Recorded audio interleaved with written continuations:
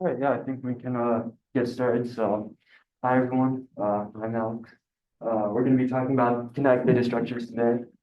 So for a brief overview, we're going to go over old boring stuff that is very familiar. We're going to skim through that. Then we're going to introduce what are even kinetic data structures.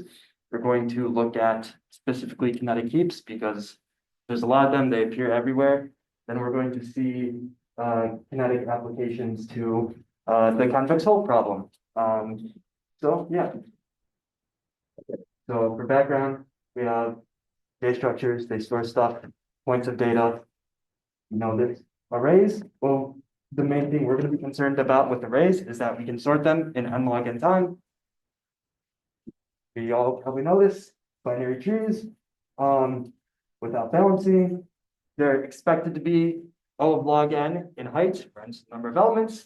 And if we do add in some sort of balancing criteria, they can be always O of n log or O of log n height. And then specifically, as I alluded to earlier, for trees, we're specifically going to look a lot at heaps and priority queues, where we're concerned with the time it takes to find the minimum element.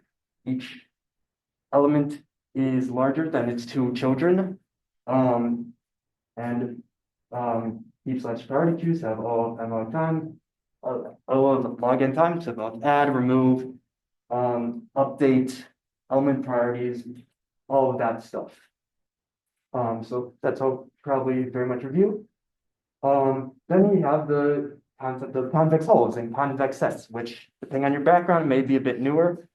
Convex set is any set where if you take any 2 points of the set, if you draw a line between them, the entire line segment between those 2 points lies in the set. So this set here is not convex because we have a point here and a point here. Every point on the line segment does not lie in the set, assuming the set is just the points. If we shaded in the area, the graph, if you will, then it would be a convex set, right? Because between any 2 points, if we draw a line segment, it would be entirely within the enclosed red region. And then the convex hull is just the convex set of a set of points. So like a minimal convex set. So for these points, if we draw this red region about them, that gives us the convex hull.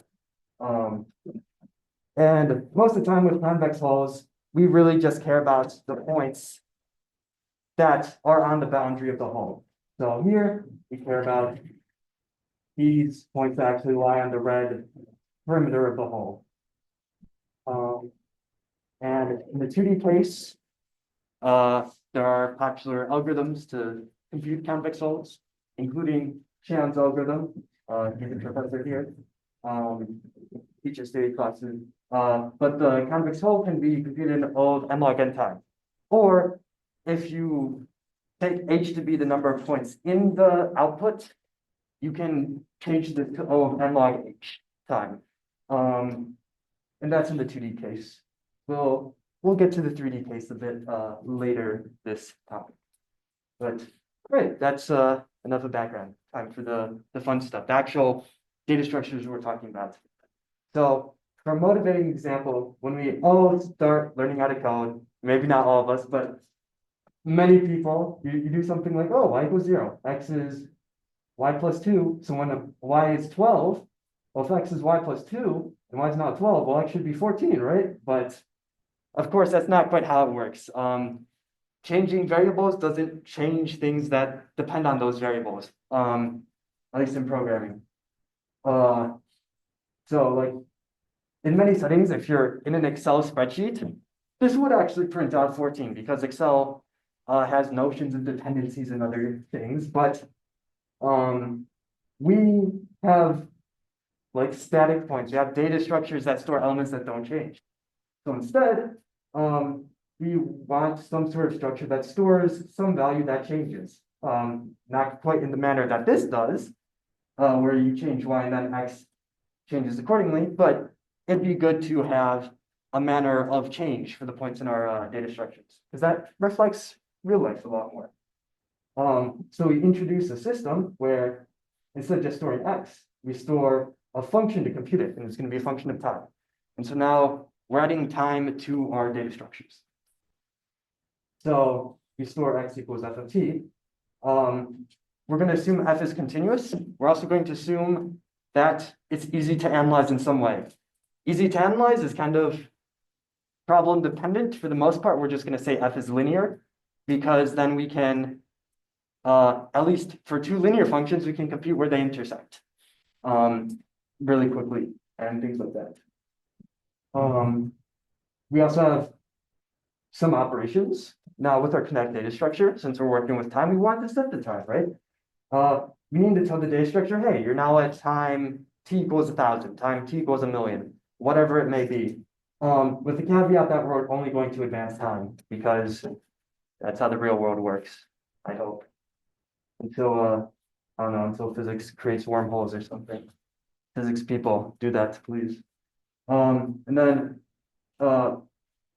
like in classical data structures, if you have like an element x, you can update it to take on the value 12 and then later update it to take on the value 14. Here, the equivalent notion is we update the trajectory of a point. So we change it from f of t to some f prime of t.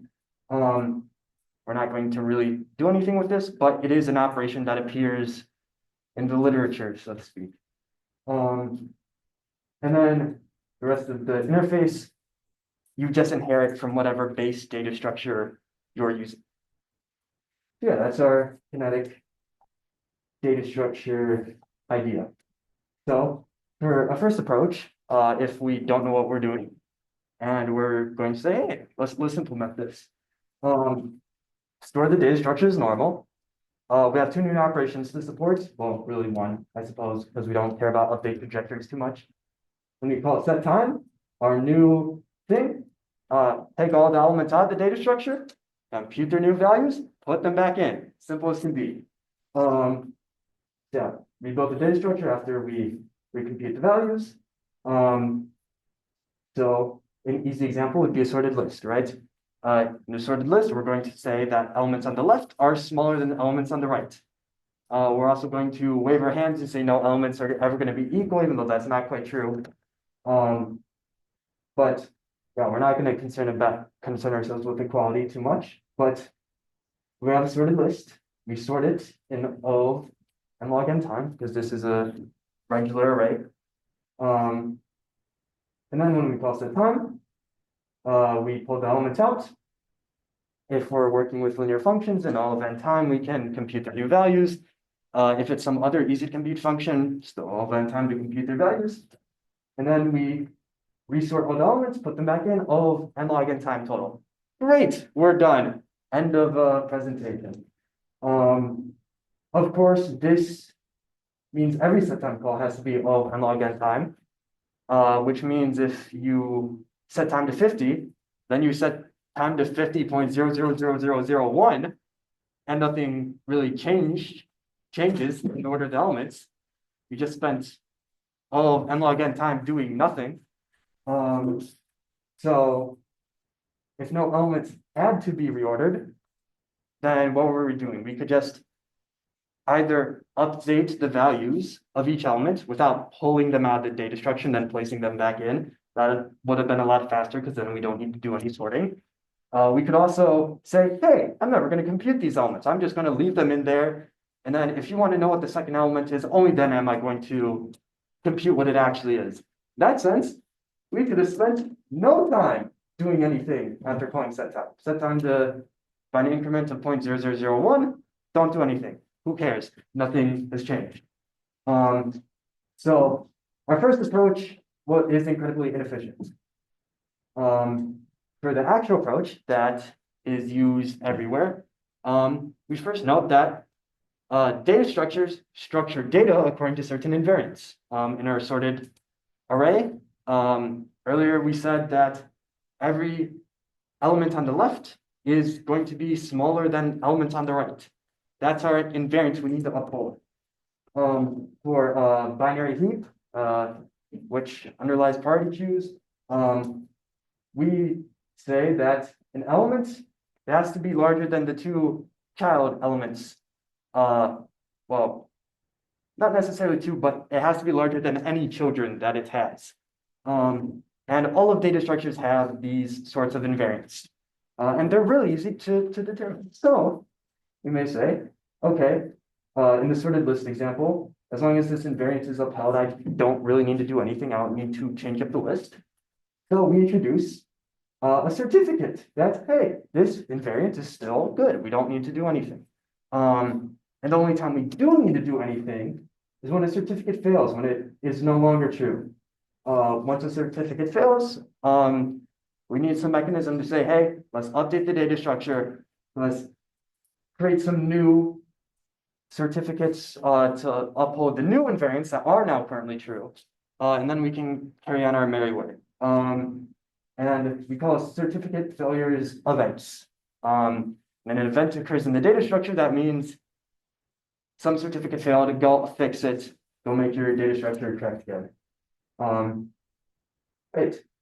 So the most important thing is that some certificate will fail first. If any certificates fail, well, either zero fail, in which case, great, we're done, or some certificate will fail at some point in time. When we advance time using our set time function, if the first certificate to fail fails after the time we set, we don't have to do anything. It hasn't failed yet. But if we set time to sometime after when the first certificate fails, well, hey, we can correct the data structure after the fact.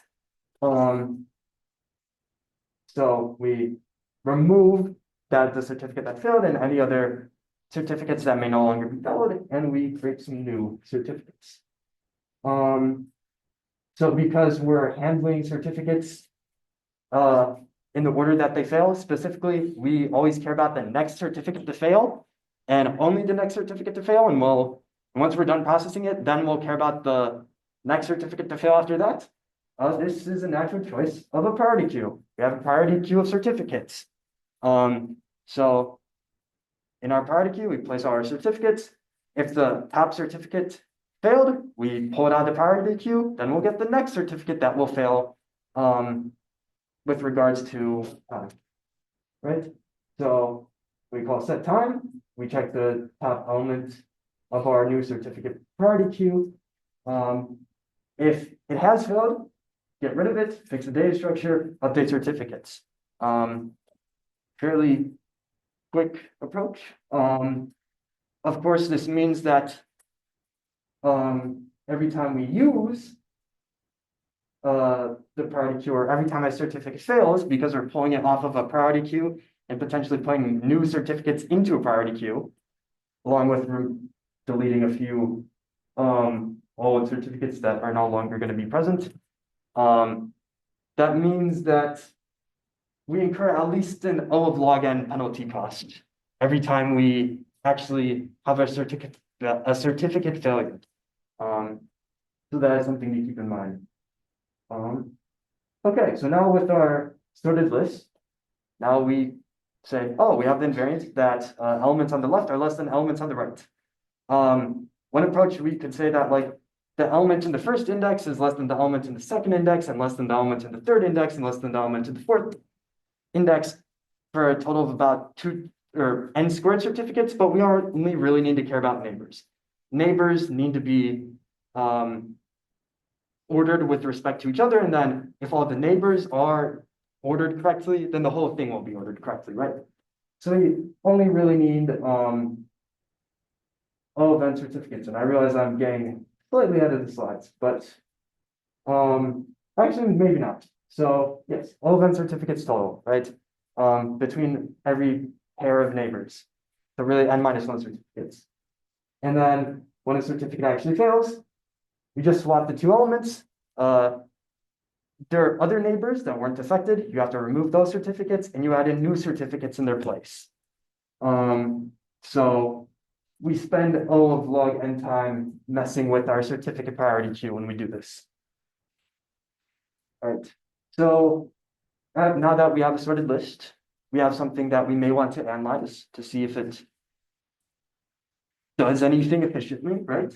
So there are 4 metrics that are commonly used with kinetic data structures. The first one is responsiveness. When a certificate actually fails, how long does it take you to fix your data structure?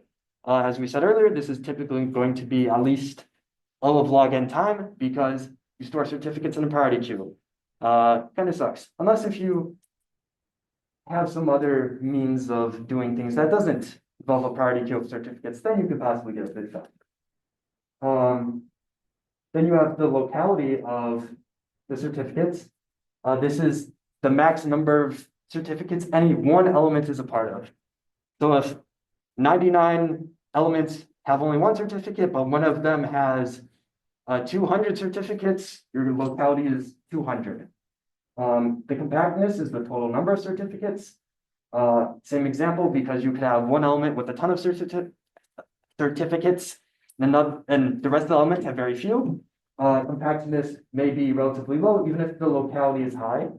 And then finally, we have efficiency. This is, Jeff Erickson describes it as like the most fuzzy metric, if you will, of Kinetic data structures, but you're comparing for like each necessary update to the data structure, like in our sorted list, if we need to swap any two elements, that would be a necessary change. For all the necessary changes that can occur, what is the number of events that could also occur? Which sounds weird, and it's very problem dependent. Even if I'm doing a bad job of conveying how problem dependent it is, but we'll see examples of this and then hopefully it'll make more sense. Big thing is, how many changes do we actually need to make versus how many events does that create? All right, so for our sorted list, our responsiveness, we've already analyzed this. When a certificate fails, O of log n time, because we're mucking about the priority queue. The actual swap between elements, that's O of 1. Locality, well, if you have a neighbor, you're involved in two certificates. If you have two neighbors, you're involved in two certificates. If you're one of the endpoints, you only have one certificate associated with you, but locality is O of 1. Compactness is O of n. We have n-1 certificates in our sorted list. And for efficiency, every time we have to swap two elements, we only need to update the certificate. Well, the only certificate that fails, the only event that occurs, is the one that was between those two elements that we just swapped. Yeah, efficiency is very easy to analyze in this case. Only O of n events can occur for every n changes to the list. Well, really, this could just be n. We don't really need the big O, but big O is nice. It makes things more theoretical, if you will. Any questions about what I've been saying for these past 20-ish minutes? So now that we have a bit of an introduction to a Kinetic data structure, let's talk about Kinetic keys. So a slightly different problem. Before we have a sorted array, but we could also just care about the maximum element of the set, right? What's the maximum of n different numbers that are changing with respect to time? And our sorted array, our Kinetic sorted list, can keep track of that for us, right? We care about the very last elements in the list. It's the maximum. Great, we have a data structure that kinetically keeps track of the maximum elements. We're done, we can go home. The only issue is that we're also storing the ordering of all the other nodes. So it's a bit of wasted space. And earlier I mentioned that efficiency is problem dependent. This is where that comes up. Because before efficiency, a necessary change was one element is now larger than the other. We need to swap them. Now efficiency sort of is getting at unnecessary change to data structure is we have a new maximum, not that any two elements need to swap. Specifically, the maximum changes. That is a necessary change to the data structure, right? We don't care about the underlying implementation. So when the maximum changes, we have a necessary change to the data structure. How many times can the maximum change? If we're working with strictly linear functions, each function or each point could overtake the maximum element once and become the new maximum. So you can have O of n changes to the maximum element. However, with O of n changes to the maximum element, if you have like the last element overtaking all the others to become the maximum element, and then the new last element overtaking all the others, and so on, you're going to trigger O of n event or O of n squared events, right? Because you're passing a ton of points before you become the maximum. Am I making sense with this? Yeah, maximum element updates O of n times, but we have O of n squared events. So we have horrible efficiency now. It's not the best. So instead, we look to other data structures. We're going to try an approach where we use a heap. Typically, sometimes everywhere else, we're going to talk about heaps as many heaps, where the minimum element is on top. For once, we're going to talk about max heaps. So enter the kinetic tournament.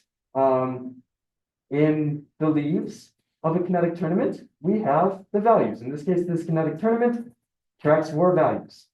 And then each node that's not a leaf is the quote unquote winner between his 2 children.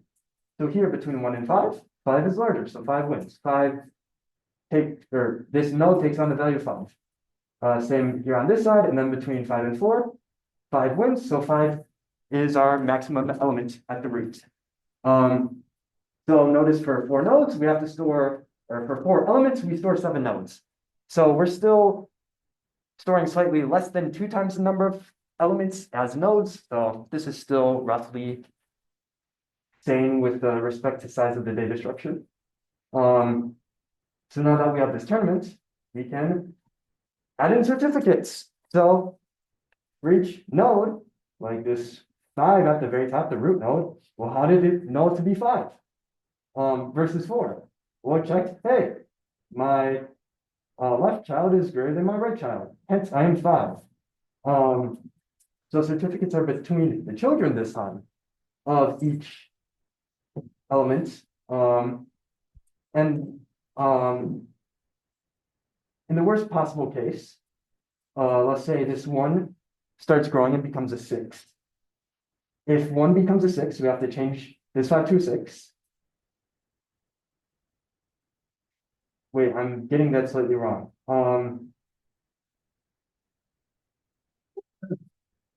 I forget what I mean to say here exactly, but actually no, I think I'm thinking the right thing. Yes, if this 1 becomes a 6, we have to update this node to now be a 6, but then we also have to update the root node to be a 6.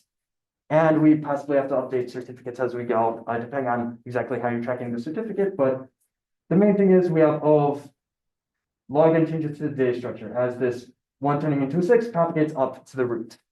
All right. So our responsiveness is in the worst case of log squared n. And this is sort of what I was hinting at earlier when I'm saying, oh, as this 1 becomes a 6 and we move things up the Kinetic tournament, we also have to update certificates at each level as we move it up. I think a better case would be if like everything was all 4s, including the root, and then the root suddenly becomes a 3. So then everything that 3 is involved in fails all at once. So you both have to propagate the 3 down or before both propagates up the Kinetic tournament, and you actually do indeed have to change all those certificates, but you have to change it up to all of log n certificates because that's how many certificates of potential winners involved in. And each certificate alone takes all of log n time, so all of log squared n total time to update the Kinetic tournament after a single event. this is slightly earlier, the winner is part of all of log n certificates. Because we're saying that this 5 is the same element as this 5 is the same element as this 5. So only 4 elements, but 7 nodes.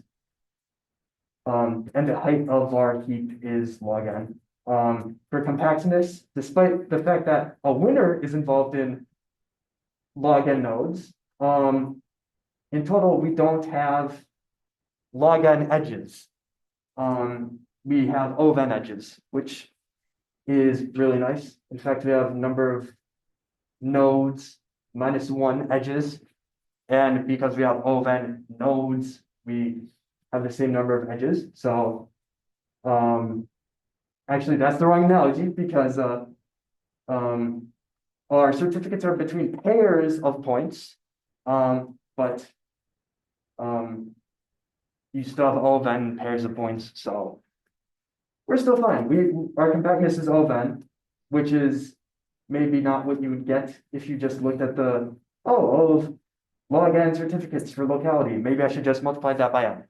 And then finally, our efficiency, we can have up to n changes to the maximum for linear functions, at least. With the sorted list, this was very easy to see.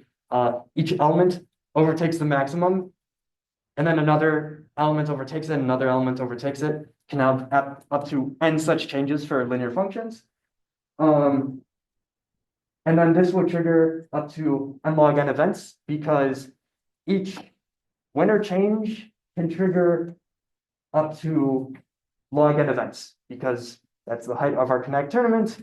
That's how many sort of certificates a potential unlucky node can be involved in. Does this make sense? Am I explaining it well?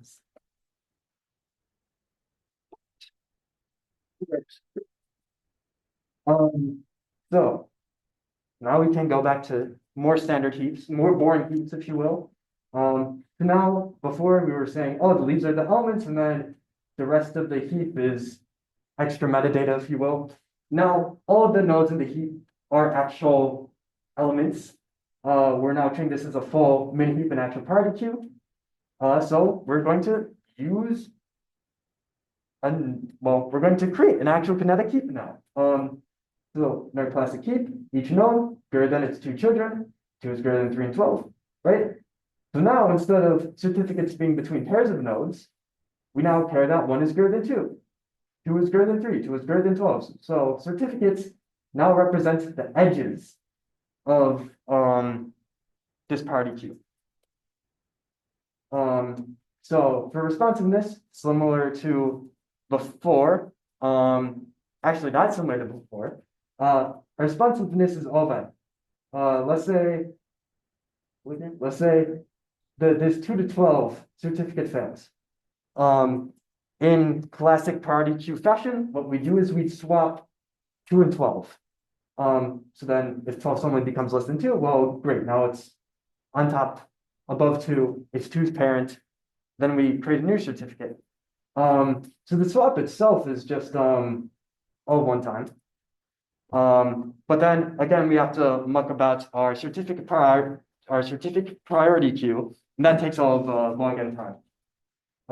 Locality is all of 1 because, well, each element, like 1 is only in 2 certificates, 4 is only in 2 certificates, all the leaves are in 1 certificate. Great. Actually, I suppose, where am I going? 4 is actually in 3 certificates, but you're in at max 3 certificates. So locality is all of 1. Compactness is similarly all of n because we only have n nodes that we're storing in our heap. And then efficiency is a bit trickier.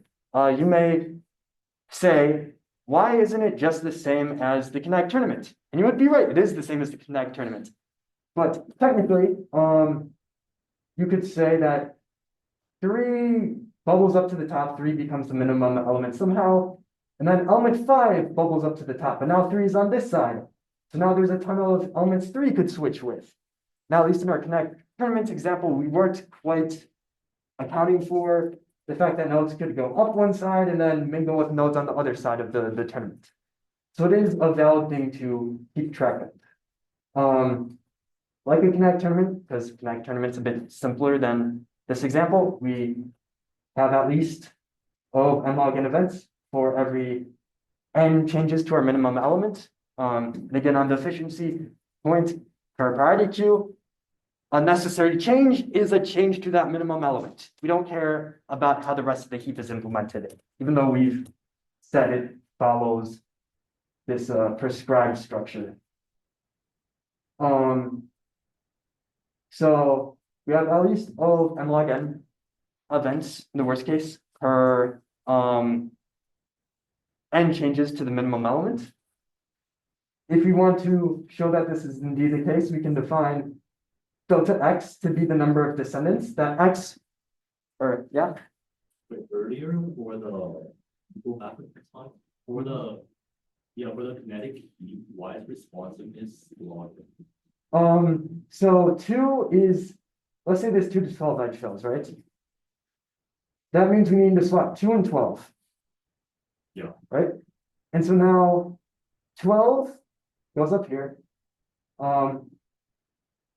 Slight caveat, we kind of swap them while they're equal.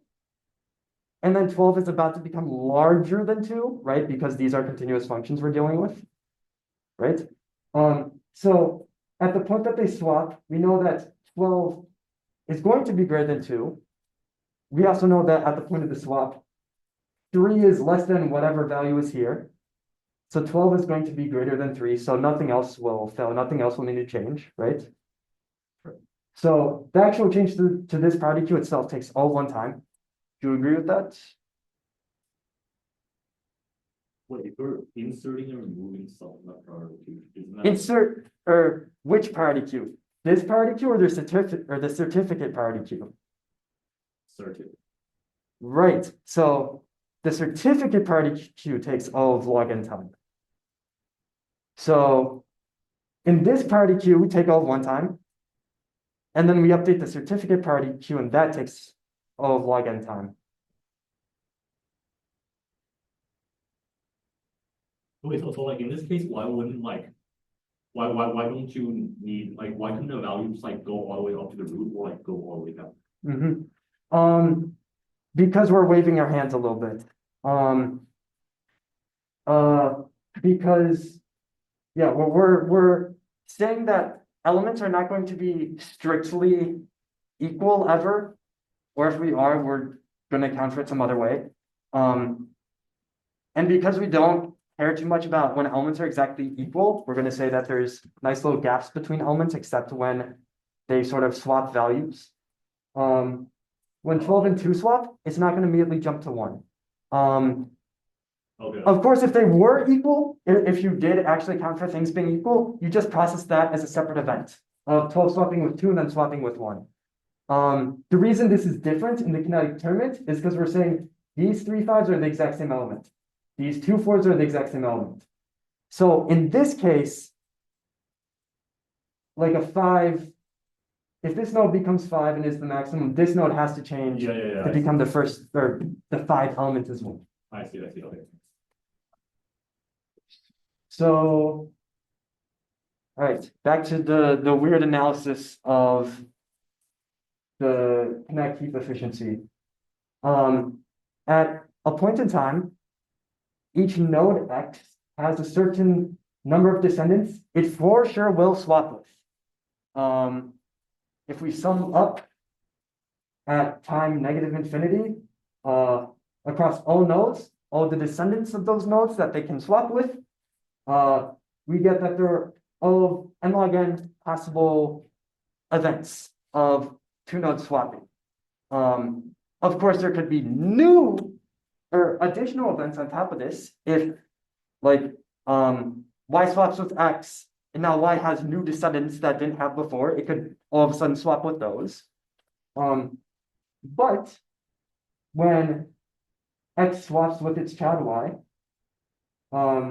all the nodes that child y has, delta y, that we're going to surpass it, are now also going to surpass x for sure.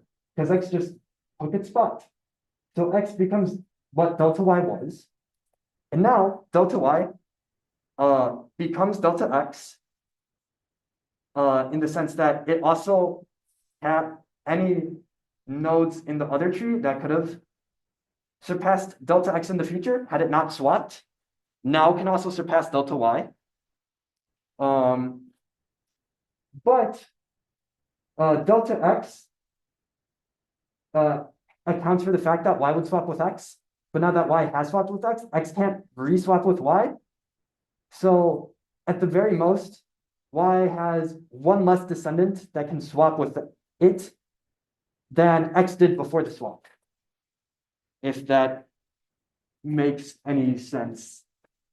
So because of that, every time we have an event, the sum of all over all nodes of all the descendants that will or could swap with that node in the future, that number can only decrease. And because we know that that number is bounded by all of log n, there can be at most all of n log n events per n potential changes to the maximum. So we have our efficiency bound. Yeah, it is fairly efficient. It's better than the O of n squared that we saw earlier while analyzing using a sorted list to store the maximum element. Some other kinetic heap variants that we have a kinetic hanger. Heaps are typically balanced in the sense that balanced, complete, perfect, whatever the heck the perfect tree terminology is, where that all levels are complete except maybe the last level. So this is very balanced. The difference in heights between two sides of the tree can be at most one. Kinetic hanger can be unbalanced to our heart's content. We just say, oh, in the expected case, it will be balanced. Therefore, we don't care. And the analysis is the same as the kinetic heap, really, except you just say, oh, this is expected everywhere. And because you can just say it's expected, it happens to be a lot easier to do the analysis. And similar thing with a kinetic heater, which is another thing that appears a lot for some reason. Except the kinetic heater is still randomized in a sense. So you still chalk everything up to it being expected to happen. But now elements have both keys and priorities. You store a kinetic heater as a heap with regards to the priorities, but elements still form a binary search tree within the heap with regards to the keys. So it's simultaneously a heap of priorities and a binary search tree of keys, which is fun to think about. And then you randomize either the keys or the priorities. And yeah, then everything is randomized. Everything is expected. We don't have to do actual work on the analysis. H is totally O of log n. So yeah, I'm mentioning these just because they're like always mentioned with kinetic heaps. Because yeah, why not? Any questions on what we just covered kinetic heap was? You know why they're called a hanger and a heater? I don't know about heater, but with hanger, I think it's because like you're like hanging a bunch of nodes and then you sort of just drop one in and then it like hangs somewhere in the tree. At least that's my interpretation. That could be completely wrong. The other thing with heater and hanger is, okay, I forget which is slightly better, but I'm pretty sure it's the kinetic hanger. It's really easy to split. Well, actually, yeah, it has to be the kinetic hanger. It's really easy to split and then merge different trees. So in some sense, you can also like hang a tree off another, like if you've ever hung a hanger off of another hanger. I do that all the time. Yeah. So yeah. I guess this is more a question of mathematic data structures in Mhm. general, but when you say that there's a function of time that determines the values as they're changing, is that Mhm. function is known ahead of time? Yes. So instead of saying insert 5, you'd say insert this function f. where you can then evaluate the function to get a specific value. And the data structure itself stores the current time. So wait, are you saying that the function would be hard coded into the data structure when it was created, or it would be passed in by the user? Oh, you pass in the function. You say, hey, here's some new element. It follows this trajectory. And in fact, there is a update trajectory interface for Kinetic data structures, right? Where you can say, okay, this point was following this trajectory, but now all of a sudden we're going to say it's actually following this trajectory now. So yeah, you can change things on the fly. So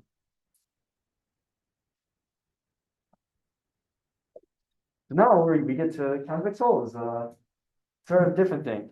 This is going to be a bit less data structure and a bit more algorithmy, but yeah.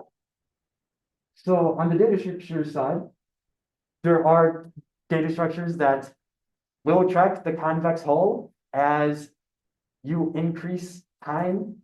You're tracking the convex hull of endpoints. And these endpoints move, so the convex hull changes as some elements start moving towards the outer boundaries of the set, some elements start becoming more contained. And at least in the 2D case, there are well-known implementations of kinetic convex hulls. For the 3D case, this isn't the case. There's more work to be done regarding having a data structure that efficiently tracks, or at least efficient in regards to the metric efficiency, as well as following the other metrics that we established for kinetic data structures. There has yet to be a good 3D kinetic convex hull. So, okay, that's fine. We kind of don't care. Instead, we're going to use our kinetic ideas that we've been talking about and come up with an algorithm to solve the non-kinetic 3D convex hull, which, yeah, it's a bit more boring, but will still be an interesting application of everything we've done so far. So 2D convex hulls, we can figure out what they are in all of M log n time. 3D convex hulls, yeah, it'd be cool to figure out. So we're going to use the 2D case to solve 3D convex hulls. And before we get started, we're going to be focusing on the lower hull, the convex hull, right? So you almost have if you have a total convex hull, you have like an upper half and you have like a lower half, right? We're only going to care about the lower half because, I don't know, to get the upper half, just flip everything over, I don't know, some axis, some plane, compute the lower half of whatever you get. Great, now you have your total convex hull. So let's put the two halves together. So yeah, we care only about the lower hull, and we're going to find the 3D lower hull by finding 2D lower hulls somehow. Okay, so for our input, we have a set of points, x, y, z, and we want to find the lower hull of this set of points. And we're going to construct a new set of points where each point becomes x, then z minus ty. So we have our two sets, the original set and our modified set of points. T is an arbitrary real number. So really we have infinite such derived sets. And then we have this nice little lemma.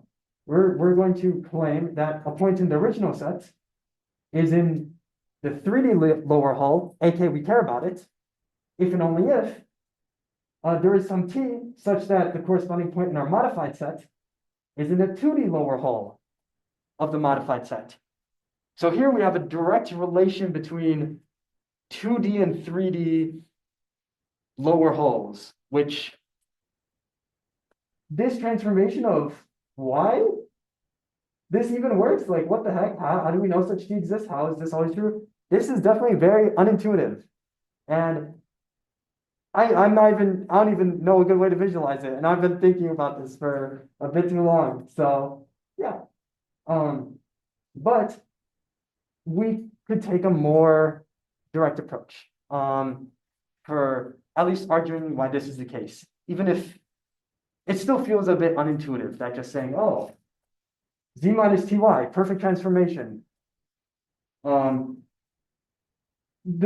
big thing that we're going to use in this proof is a little assumption that if we have a convex hull, or a lower hull, I should say,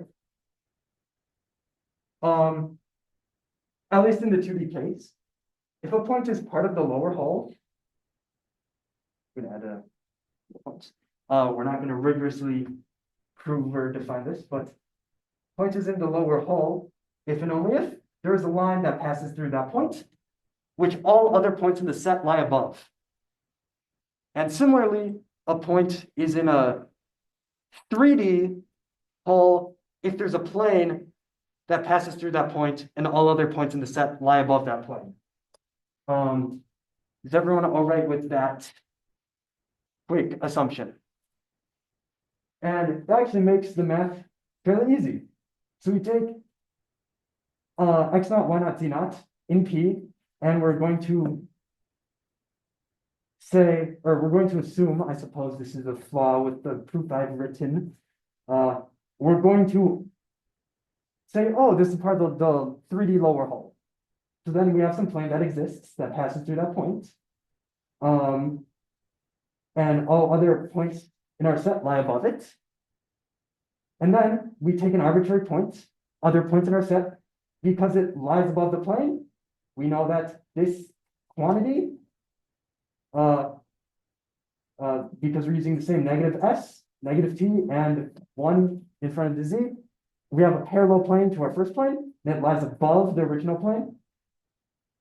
So now that we have two parallel planes, we say, okay, y prime is going to be our weird transformation. And then rearranging these two equations, we get two lines of y prime equals sx plus b naught, and y prime equals sx plus b1.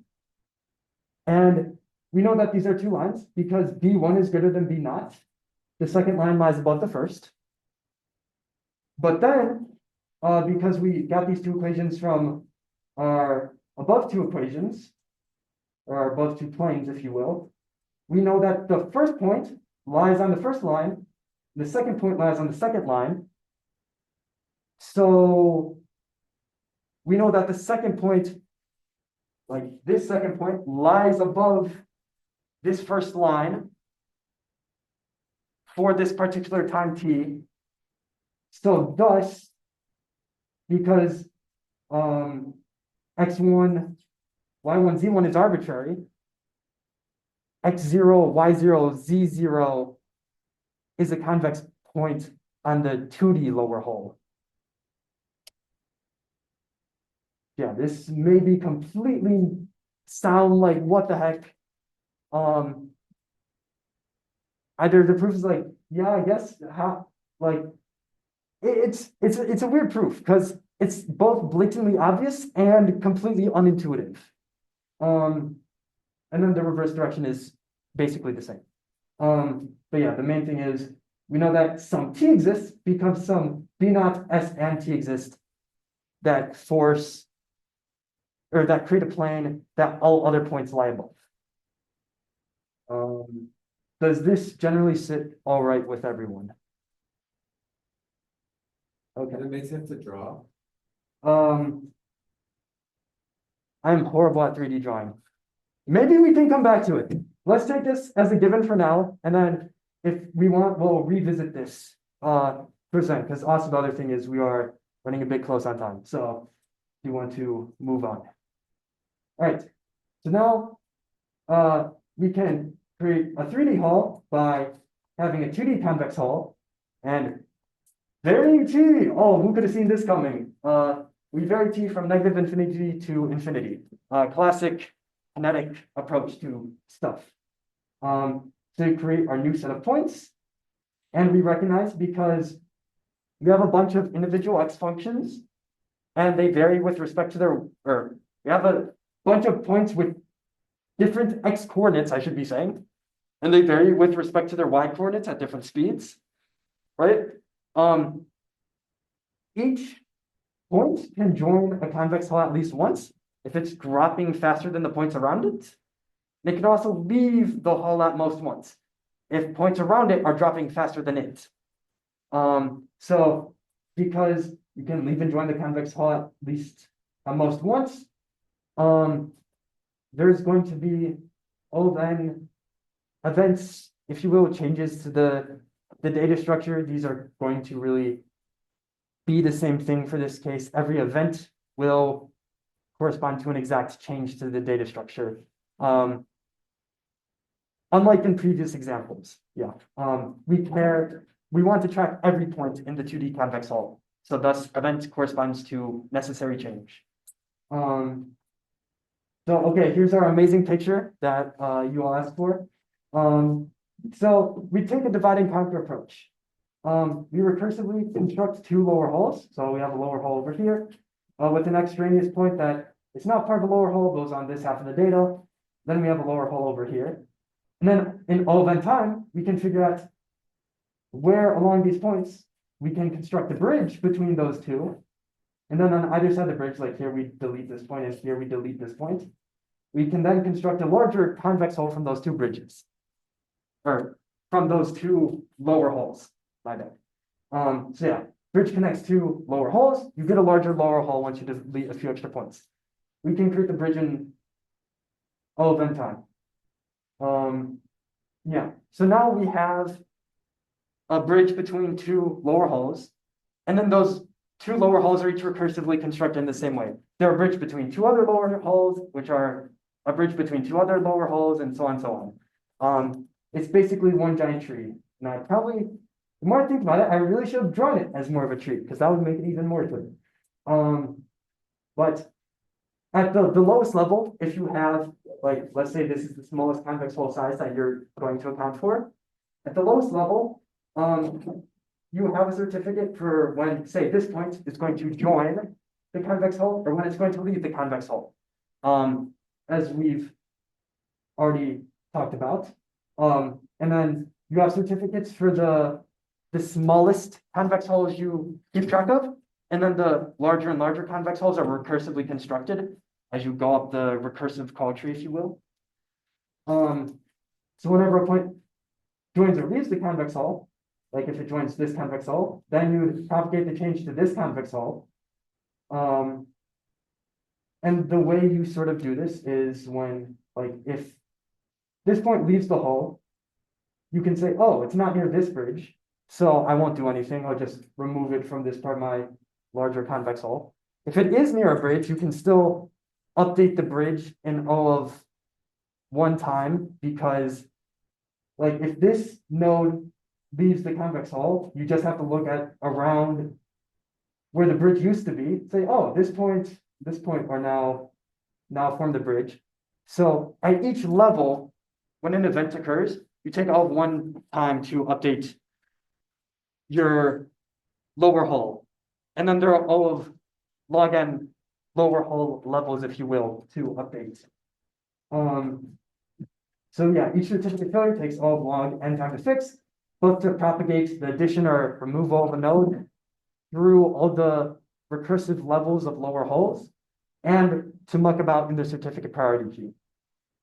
And then yeah, just advance time until your certificate priority queue is empty, aka no certificate will ever fail ever again. So the initial construction of the lower hull was a very classic recurrence of n log n time to construct. And then all events, as we've already said, each event takes all of log n time to fix, to update all of our recursive convex hulls to be correct. So we spend a total of n log n time to move t from negative infinity to infinity. So because of this, in total we spent n log n time, which is the exact same as in the 2D case. Granted, it's a lot slower in practice because of constants, but we can construct a 2D or 3D convex hull in asymptotically the same time as a 2D convex hull, which is wild. Is it obvious that the number of events is low?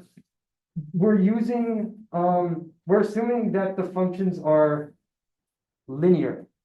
Or, oh wait, no, it is linear because, Yeah. yeah, z minus ty, that has to be linear. So, yeah, I guess it still is kind of an assumption, but an assumption we could actually prove. But like, if you sort of imagine this point falling down, if it's falling down faster than this point and this point, eventually it's going to become part of the lower hull, right? Oh, okay. But then if like some other points further around it are also falling faster than this point, well, then eventually it's going to leave the lower hull. So it's very much like once you get overtaken, you can never overtake Yeah, whoever yeah. overtook you, right? So yeah, O of n events total. Yeah, any questions about all of this? Should I draw a nice picture as a Porter suggested about the 3D case of the whiteboard shenanigans of convexity? If not, we have an amazing quote today, if I do say so myself, very original quote. And today's brain teaser, we have 2 to the K coins, some of which are 1 kilogram, the rest of which are 2 kilograms.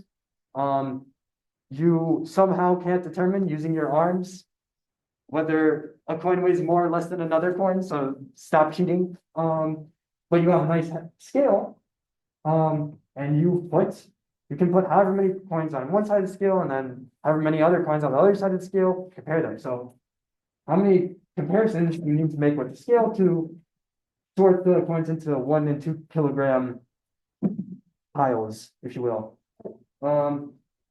Yeah, fun little thing to ponder. Bibliography if you care. Yeah. That's it for me.